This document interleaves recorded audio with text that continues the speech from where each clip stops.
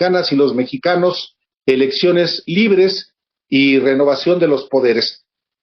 Tenemos aquí en el espacio de los periodistas al consejero Martín Faz, a quien le damos la bienvenida el día de hoy. Muy buenas tardes, consejero. Álvaro, Alejandro, un gusto saludarles y también a su auditorio. Muchísimas gracias. Una vez que se ha aprobado esta reforma, efectivamente, como quedó, consejero, se trastoca profundamente el sistema electoral mexicano al punto de que no puede garantizar elecciones libres. Mira, sí se está modificando seriamente al Instituto Nacional Electoral, particularmente por el desmantelamiento de las juntas distritales, que son los órganos que de manera permanente están en los 300 distritos y que cuentan con un equipo de integrantes del Servicio Profesional Nacional Electoral, que son los que de manera permanente están tanto en el terreno viendo todo lo que tiene que ver con la preparación de las elecciones, como con muchas otras cosas, y en efecto sí es un golpe fuerte para la capacidad instalada del instituto, que muy probablemente haga que los estándares de calidad con los que se realizan los procesos electorales no tengan los mismos o que vaya a mermar la capacidad que tenemos. Por ejemplo, la instalación de las casillas pues tiene que ver con el hecho de que hay vocales ejecutivos de capacitación de manera permanente, que son quienes coordinan a los supervisores electorales y a los capacitadores electorales, que son los que elaboran los materiales, que son los que van dando seguimiento para que se visite a todos los funcionarios o a todas las personas que pueden ser funcionarios y que se les capacite. Entonces, al desaparecer estos órganos de manera permanente, porque ya no habrá personal del Servicio Profesional Electoral, sino que tendrán que contratarse personas eventuales, no para el cargo de supervisor y CAES, esos siempre son eventuales, sino que también van a ser eventuales ahora los que dirigían a estos supervisores y a estos capacitadores. Sí creemos que los estándares de calidad con los que estábamos realizando los procesos electorales pues no van a ser los mismos, y que si hay riesgos, pues no sé, que por ejemplo haya un mayor ausentismo de funcionarios de casilla el día de la jornada electoral porque no hay una suficiente coordinación. O sea, sí existen esos riesgos. Lo que me dice su respuesta es que aquellos quienes han dicho que es posible adelgazar una estructura que ha crecido, que se ha vuelto cada vez más obesa, están en un error, porque son todos indispensables en esa estructura, consejero. El Servicio Profesional Nacional Electoral sí creo que es indispensable.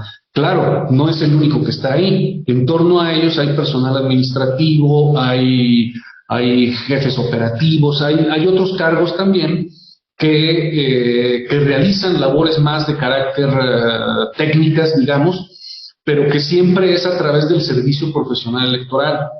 Y el desmantelamiento se está dirigiendo precisamente al sector más profesionalizado, de tal manera que si la ley finalmente queda como se aprueba en los términos en los que está, pues tendremos que ver la forma de cómo cubrir esos espacios, pero sin duda el estándar de calidad podría bajar.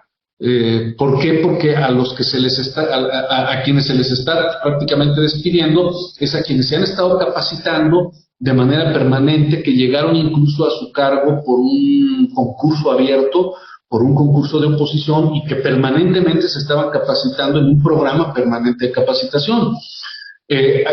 Significa que ahora vamos a tener que ocupar personal menos especializado, menos técnico, eventual, que no creo que tenga el mismo nivel de calidad que tiene el Servicio Profesional Electoral. Eso no quiere decir que no se pueda hacer un ejercicio de reducir el número de personas que están en las juntas distritales, pero no al nivel de lo que se está buscando ahora, que es pues prácticamente desmantelarlas. Ahora, esto, por supuesto, puede tener un efecto pernicioso para los procesos electorales. Ahora, lo que tiene que ver también con el poder, por ejemplo, del secretario ejecutivo, una figura que desaparece. ¿Usted cómo lo advierte? No desaparece propiamente el secretario ejecutivo, pero se le degrada. ¿Eso también afecta a la operación del INE? Pues mira, lo que ocurre es que no es el secretario, pero sobre todo es la Junta General Ejecutiva, Álvaro, sí, que preside el secretario. Y lo que va a ocurrir ahí es que en lugar de una Junta General Ejecutiva se crea una comisión de 5 consejeros en una comisión de administración. En términos generales, la propia Constitución establece que debe de haber órganos directivos, ejecutivos y técnicos. Y lo que está ocurriendo, lo que va a ocurrir ahora es que un órgano directivo, que es una comisión de consejeros, va a tener que hacer las veces también de un órgano ejecutivo, ¿sí? No técnico, porque habrá seguramente subdirecciones o habrá cosas, ese tipo de nivel que hará, digamos, ese tipo de trabajos, pero sí, al darle a un órgano directivo funciones ejecutivas, creo que sí se va a sobrecargar el trabajo de esa comisión. Ordinariamente, hasta en una empresa ocurre, o sea, es decir, por decirlo así, por poner un ejemplo y no por hacerle publicidad a nadie, pero digamos, pues Carlos Slim está en un consejo directivo y no anda viendo pues cuántos cables o cuántas antenas hay de transmisión para sus asuntos, ¿no? Es decir, hay un órgano ejecutivo que es un administrador, dicho de esa forma, que son quienes revisan las cosas. Entonces, digamos, sí se está estresando, no en un sentido psicológico o personal, de que hay pobres consejeros se van a estresar, pero sí se está estresando, digamos, en el sentido de a darle una carga excesiva de responsabilidades a una comisión de carácter directivo para realizar actividades ejecutivas. Ahora, el cargo del secretario ejecutivo, pues es un cargo temporal, y es un cargo que muy seguramente, pues en la llegada de una próxima presidencia, pues muy probablemente hubiese alguna propuesta de cambios. Es decir, no, ahorita está un secretario ejecutivo, pero antes estuvo otro, en fin, no es la persona en sí misma, sino es la figura y las labores que cumple. Entonces, y además, al concentrarse varias direcciones ejecutivas, ¿sí? También creo que se está creando una sobrecarga, digamos, de atribuciones en algunas direcciones ejecutivas que creo que van a implicar un ajuste que ahorita yo no estaría en condiciones de decir, pero lo vamos a ajustar de esta o de aquella forma, pero que sí va a implicar una forma, digamos, distinta de cómo se estaban realizando las cosas, sin duda, pero creo que con menores capacidades operativas en términos generales. ¿Por qué hay la sensación de que toda esta parte técnica nunca se ha potenciado en la discusión pública hasta ahora que ya es un hecho, bueno, casi un hecho esta ley, y se ha concentrado más bien en una defensa política, con argumentos políticos sobre el INE? Porque en el fondo, los que salieron a marchar en el 13 de noviembre, pues salieron en realidad convocados por la destrucción del INE.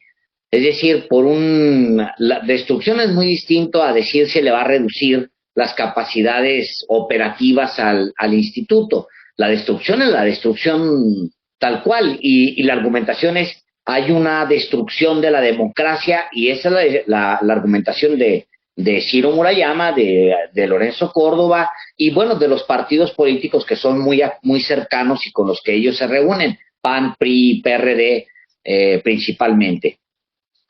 Pues yo creo que tiene que ver con el hecho de que en la propuesta misma no hay un diagnóstico operativo ni técnico sobre estos ajustes, ¿no? Es decir, Y además, pues la verdad es que esta propuesta fue una propuesta que salió de un momento a otro. Es decir, el plan A, dicho de esa forma, que era el constitucional, pues era, como todo asunto constitucional, sobre reformas un tanto cuanto más, no voy a decir abstractas porque eran muy concretas, pero sí eran más de carácter general, porque la Constitución pues solamente establece asuntos más generales. Pero cuando no aparece, cuando finalmente no pasa la reforma constitucional, ese mismo día que no pasó la reforma constitucional, se circuló el plan B, que es modificaciones a la reforma legal, y ese mismo día se aprobó pues de manera muy rápida, sin que hubiese un espacio de análisis para el tema, sobre todo para ver cuáles eran las implicaciones de carácter logístico y técnico. Y por otro lado, a nosotros como Instituto Nacional Electoral, pues no se nos preguntó tampoco, oye, ¿se pueden funcionar estas áreas? Oye, ¿se pueden quitar estas vocalías? ¿Qué tal si hacemos, en lugar de permanentes, temporales las juntas distritales? Pues la verdad es que tampoco se nos preguntó. Y yo sí creo que la ley, por lo menos en su exposición de motivos, carece de un diagnóstico técnico y operativo. Sí, hay un principio, por supuesto, que es el de la austeridad y que hacer más eficaz con menos recursos el Instituto Nacional Electoral. Pero yo le preguntaría, usted efectivamente, después de que ha visto lo que ya se votó en el Senado y que faltaría solamente, si lo ratifica en sus términos la Cámara de Diputados y se promulga, le pregunto, si efectivamente con esta reforma se produciría un efecto regresivo en los derechos reconocidos constitucionalmente y que pueden generar incertidumbre en torno de las reglas del proceso electoral. Mira, están cambiando, lo que pasa es que también se están cambiando, por ejemplo, asuntos de fiscalización. ¿Sí? Se están modificando también asuntos que tienen que ver con los procesos sancionadores. Y en esos temas, por ejemplo, pues sí hay algunos asuntos, como por ejemplo que a los partidos políticos les vamos a tener que, por ejemplo, auxiliar, ¿sí? Hay una regulación muy paternalista a favor de los partidos políticos, en donde, por ejemplo, a nosotros como INE se nos está dando una nueva atribución de auxiliarlos para, por ejemplo, que si viene una fecha límite para presentar un informe, nosotros vamos a tener ahora la obligación de avisarles y no tienen ellos que estar al pendiente de hacerlo. Eso va a significar una carga mayor para el área de fiscalización con menos recursos y en ese sentido sí hay algunos elementos que sí implican una regresión, por ejemplo, en materia fiscal, en donde se está dando más cargas, pero también otorgándole menos capacidades de sanción, por ejemplo, ¿sí?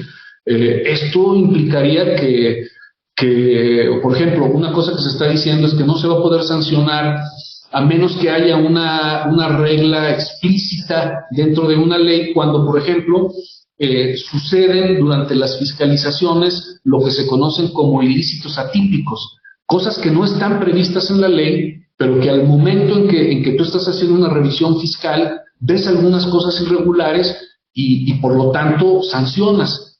Y esto, por ejemplo, no va a ocurrir, ¿no? No se van a poder sancionar, por ejemplo, la prohibición de aportaciones a partir de descuentos de nóminas. Eso, por ejemplo, no está prohibido en una ley, sino que cuando nos damos cuenta que se están utilizando las nóminas para transferir recursos a partidos políticos, nosotros sancionamos, ¿sí? Porque tampoco puedes en un código, en una normativa de fiscalización establecer todos los asuntos, porque hay cosas atípicas que tienes que ya cuando estás revisando la contabilidad te das cuenta que están ocurriendo cosas raras. Entonces, por ejemplo, hay cosas como esas que sí creo que son francamente regresivas, ¿no? En materia de fiscalización, por ejemplo, ¿no? En materia de instalación de casillas, como te digo, sí vamos a batallar más para poner las casillas. Y es probable que las casillas lleguen funcionarios menos capacitados y que puedan cometer más errores, ¿sí? Y que eso pueda tener un efecto, por ejemplo, en la anulación de una elección. Siempre, si no se instala el suficiente número de casillas en un lugar, hasta en un determinado porcentaje, puede haber una anulación de casillas. Puede ocurrir que los funcionarios de casilla lleguen mucho menos capacitados de lo que llegaban ahora, y eso pueda tener un efecto. O sea, es decir, tampoco yo ahorita puedo decir, no, bueno, a partir de ahora ya no va a volver a haber jamás nunca elecciones como se deben de hacer. No, pero sí nos va a costar muchísimo más trabajo hacerlas. Evidentemente que quienes nos quedamos, pues tenemos el compromiso de lograrlo, pero sí creo que nos están quitando muchos brazos y mentes y personas para lograrlo con la efectividad hecho hasta ahora, porque yo creo que también otra cosa que hay que reconocer,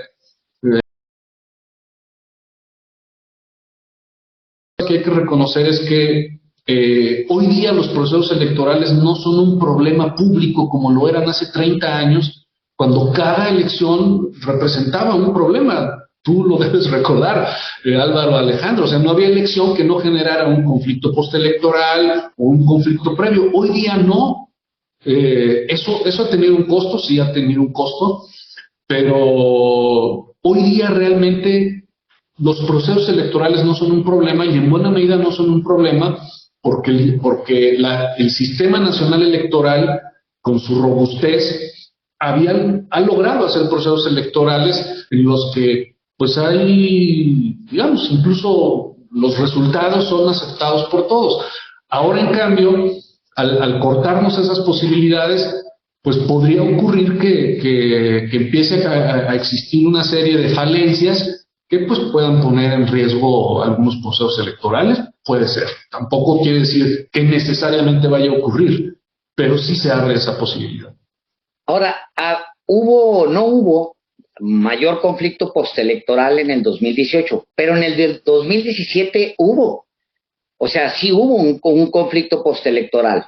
En el Estado de México hubo un reclamo muy puntual de acarreo, de utilización del aparato de Estado, etcétera, y también un reclamo al instituto de que no metió las manos para detener una elección de Estado como se planteó en su momento en el Estado de México, por poner un ejemplo. Es decir, eso sí ha permeado. La pregunta de fondo sería, consejero, si usted ve el resultado de una reforma porque se intenta deliberadamente desde el Ejecutivo socavar la democracia en México, o si se trató de una reforma que se pudo sacar así porque hay una confrontación entre el presidente del INE, tal cual decirlo así, y el presidente y la presidencia de la República o el gobierno federal, y eso no permitió una relación para sacar una mejor iniciativa, porque esas serían las dos opciones que hay aquí, que es un intento deliberado del gobierno federal para socavar a las instituciones, o, como lo dice una parte, o que simplemente hubo incapacidad de ambas partes para sentarse porque ya había una confrontación de fondo política de años atrás. Mira, yo creo que faltó un mejor diagnóstico de ambas partes respecto de qué es lo que está bien y qué es lo que está mal dentro del Sistema Nacional Electoral. Yo creo que el diagnóstico que hay, el diagnóstico que da vida a esta reforma y que se manifiesta en la exposición de motivos, creo que no es un diagnóstico del todo ajustado a lo que realmente es, y creo que es un diagnóstico más político que técnico. ¿Sí? Faltó esa parte. Si nos fijamos en la exposición de motivos, pues de hecho entra a cuestiones más de carácter político que a asuntos de carácter técnico. ¿Sí? Y faltó también esa capacidad de otro sector de colocar sobre la mesa cuáles son esos elementos de carácter técnico, operativos, que debían de ser consensados de una manera amplia. ¿sí?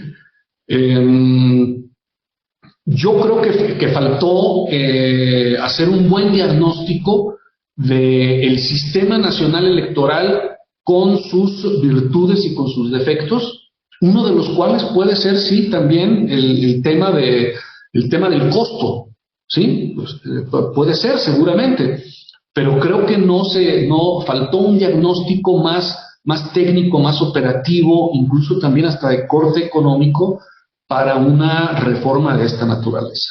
Y yo creo que ahí estuvo un poco el hecho de que sí hay, y eso hay que decirlo, sí hay un golpe fuerte a la estructura y a la capacidad instalada del Instituto Nacional Electoral, y eso es innegable, porque simplemente la supresión del carácter permanente de las oficinas en los 300 distritos o su reducción a la mínima, sí representan un golpe a la capacidad operativa del instituto.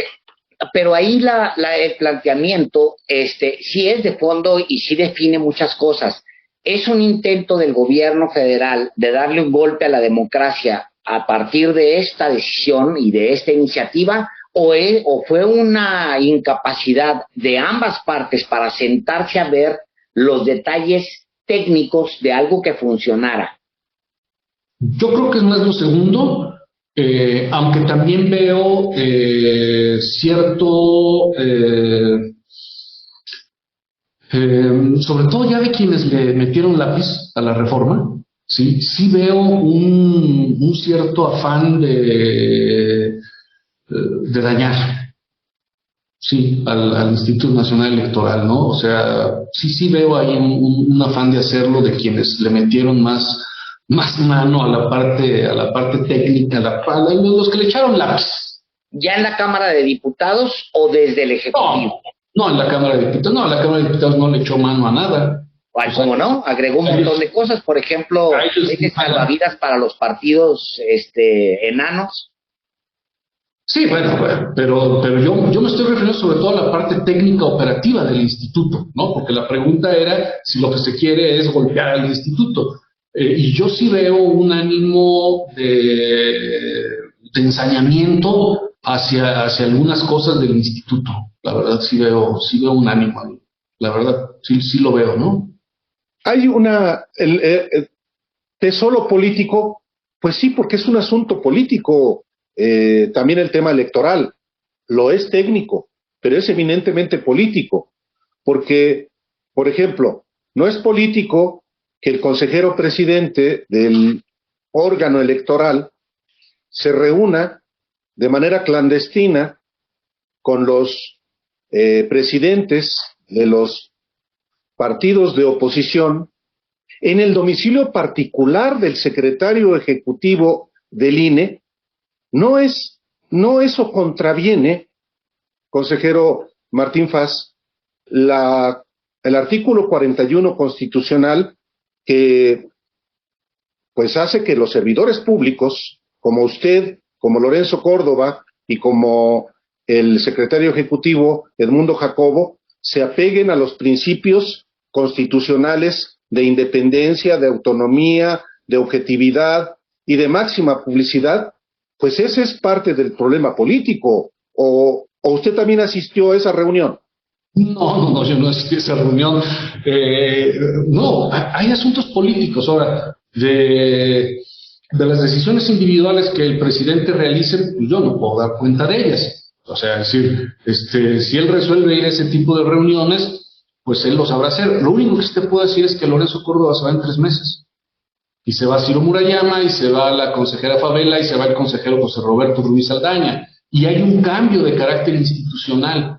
Yo creo que no era necesario hacer una ley que mermara las capacidades del instituto, particularmente cuando estamos ante la perspectiva prácticamente inmediata de una renovación del Consejo General, y además también cuando estamos en vísperas del inicio del proceso electoral presidencial. Todas las reformas electorales que se habían implementado en este país se hicieron primero para los procesos electorales intermedios, de alguna manera como para ver qué tal funcionaban. de tal manera que no pusieran en riesgo, por decirlo así, la elección presidencial y tener ya una capacidad tecnológica, técnica, operativa y logística probada. Y sin embargo no está ocurriendo eso. Más allá de las filias y las fobias de cada quien, las de unos y otros, porque creo que son mutuas, las filias y las fobias en muchos casos, yo creo que no se puede, no se debiera de realizar una reforma a la ley que esté solamente impulsada, digamos, pues por esos asuntos en los que alguien puede decir, eso no está bien, no está bien que lo hagan, vamos a modificar toda la institución. Yo creo que una cosa es la institución y otra cosa son las personas, y las personas nos equivocamos. Yo, Martín Faz, me puedo equivocar, seguramente el secretario ejecutivo, otro consejero se puede equivocar, pero yo sí creo que no se requería agilizar de esta manera tan... Pues es que no, digo, tampoco vamos a no decirlo, o sea, pues es que les dieron una propuesta de reforma que ni leyeron siquiera en la Cámara de Diputados. Digo, vamos a decir las cosas también como son. Se las entregaron hacia el mediodía o a inicios de la tarde y se votó en la noche, y este apresuramiento, yo creo que no era necesario este apresuramiento. Yo creo que se pudo haber hecho esto con mayor calma, abriendo más espacios para el diálogo, pero entiendo que la polarización, este contexto de polarización, pues no lo permitió, y desafortunadamente este contexto de polarización, pues está haciendo que desde el punto de vista técnico, logístico y operativo, esta propuesta de ley no sea la mejor. Y yo creo que faltaba, digamos, muy poco tiempo, unos cuantos meses, para una reforma al interior, con un cambio institucional que desde hace 9 años se sabía que iba a ocurrir, y que yo creo que se debió de haber pausado más este proceso, sinceramente, que ha sido muy precipitado. Una última pregunta de mi parte. Pues es ya inminente la salida de Ciro Murayama, y en particular ellos dos, que son, digamos, los que encabezan una confrontación directa, diaria casi en los medios en contra del presidente López Obrador. Ellos pues van a salir 4 consejeros, y esto va a poderse traducir de 2 maneras. Una manera es una oportunidad para poder llevar a cabo los cambios que plantea esta iniciativa con mayor suavidad y poder tener un ánimo para resolver, que eso es importante, porque al final todas las empresas en el mundo, regresando al mismo ejemplo que usted ponía, todos los gobiernos del mundo en algún momento entran en austeridad, sea por crisis económicas externas, por golpes internos, etcétera, pero llegan siempre a un momento en su vida en que les toca esto de agarrar y recortar. ¿Usted cree que la salida pueda suavizar la aplicación de lo que viene en esta iniciativa, o lo pueda complicar? A ver, mira, los que nos quedamos, que pues yo soy de los que se quedan, lo que sí te puedo decir es que habrá un compromiso, al menos el mío, y yo también sé que habrá de parte de mis compañeros, de que en los términos y en el marco en que esta ley nos lo permita, pero asumiendo que sí hay un golpe hacia el instituto en el sentido de un golpe a su capacidad operativa, ¿sí? Sin embargo, nosotros vamos a hacer todo el esfuerzo y la reestructuración en los términos en los que la ley lo señala, para que los procesos electorales se sigan realizando conforme lo señala la Constitución, es decir, con certeza, con imparcialidad, con objetividad, con transparencia, con eficacia, ¿sí? Nosotros, es nuestro compromiso. Creo que sí nos va a implicar un replanteamiento de distinta naturaleza de cómo se hacían las cosas, y que sí va a implicar un mayor estrés, pero vuelvo a lo mismo, no a ese estrés personal o individual, sino un estrés de carácter institucional, porque vamos a tener que exigir con menores recursos, exigir mucho a quienes se quedan en condiciones un poco pues más adversas. Sin embargo, nosotros vamos a hacer todo nuestro compromiso para que la ciudadanía siga encontrando sus casillas con el material electoral, con funcionarios capacitados y que se puedan realizar los procesos electorales. Es decir, porque si no, pues entonces ya mejor, pues ahorita presentamos la renuncia y ya nos vemos, ¿no? O sea, decir, no, al menos no es la perspectiva de quienes nos quedamos, pero sí hay que reconocerlo. En los términos en los que la ley se está poniendo, sí hay un desmantelamiento de carácter operativo que va a implicar nuevas formas de hacer las cosas, pero no necesariamente esas nuevas formas podrán asegurar algunos de los estándares que hasta ahorita teníamos, ¿no? Ahora, nosotros haremos todo lo posible por ello. Sí. Una última pregunta de mi parte también, Martín Paz, consejero electoral.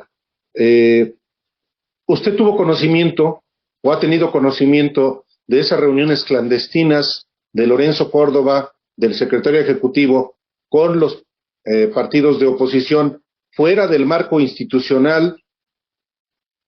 No. ¿Y usted cree que es correcto, conforme al mandato del artículo 41 constitucional, los principios rectores para la actividad electoral a los servidores públicos del INE, de hacer este tipo de actividades secretas? ¿Es correcto? Yo creo que un árbitro tiene que ser muy prudente. Yo, por ejemplo, siempre que me buscan, porque bueno, yo también platico con la gente del PAN, del Morena, del Movimiento Ciudadano, del PP, o sea, me buscan y siempre lo hago dentro de los términos de, pues vamos a mi oficina, me hago acompañar de gente de mi oficina, pues porque lo que tratan conmigo pues son asuntos de carácter técnico, ¿no? Por ejemplo, en materia de fiscalización, en muchas ocasiones los partidos traen algún asunto que dicen, oigan, es que me van a sancionar por esto y yo creo que no porque yo entregué esto, y dicen, bueno, pues los escuchas, me hago acompañar de mi equipo de fiscalización pues, para que mi equipo de fiscalización me ayude a ver el problema y podamos en un momento atenderlo. Y en ocasiones, pues, hay coincidencias, ¿verdad?, con lo que dicen los partidos, y en ocasiones, pues, sabes que no es. Pero, digamos, yo es así como lo hago, ¿verdad? Yo puedo entender que haya algún tipo de reuniones, no del tipo, por ejemplo, que en alguna ocasión algún presidente de un partido político te puedas ver con él. Hay fotos de Mario Delgado con Lorenzo Córdoba también, claro, en algunos lugares, y no, es decir, puedo entender que hay ese tipo de reuniones, y yo creo que son reuniones, pues, permisibles. Ahora, participar en algún tipo de estrategia de alguna otra naturaleza, pues yo creo que eso es bien distinto, ¿no? Yo creo que eso es bien distinto. Yo de esa reunión, como me lo has preguntado, pues no, yo no me enteré de esa reunión, desde luego no asistí, desde luego no fui invitado, ¿no? Pero bueno, yo creo que ahí también, pues cada quien pues debe dar respuesta de las conductas que realiza en un momento dado. Muchísimas gracias, consejero Martín Paz, y pues vamos a seguir platicando seguramente, porque ya una vez que se consuma, si es que esto ocurre, esta reforma, pues ya platicaremos la implementación, porque además comienza el proceso para la elección de los 4 nuevos consejeros electorales, incluyendo al presidente. Afortunadamente, porque luego ya ves que había por ahí una idea que decían que no los querían nombrar y que sí íbamos a quedarnos nada más 7. No, qué bueno. Yo nunca pensé que fuera a ocurrir eso. Por fortuna ya está la convocatoria, y en la propia convocatoria se establece que si no se llega a un acuerdo en la Cámara de Diputados, la Suprema Corte de Justicia lo puede resolver mediante insaculación. Entonces, yo creo que eso es un buen mensaje, y qué bueno que esté echado a andar ese procedimiento. Pues que se anoten todos y todas los que consideren que tienen condiciones para llegar ahí. Así es. La convocatoria es abierta. Muchísimas gracias, consejero. A ustedes, y un gusto saludarles de nueva cuenta, Álvaro y Alejandro. Hasta luego. Gracias. Hasta luego.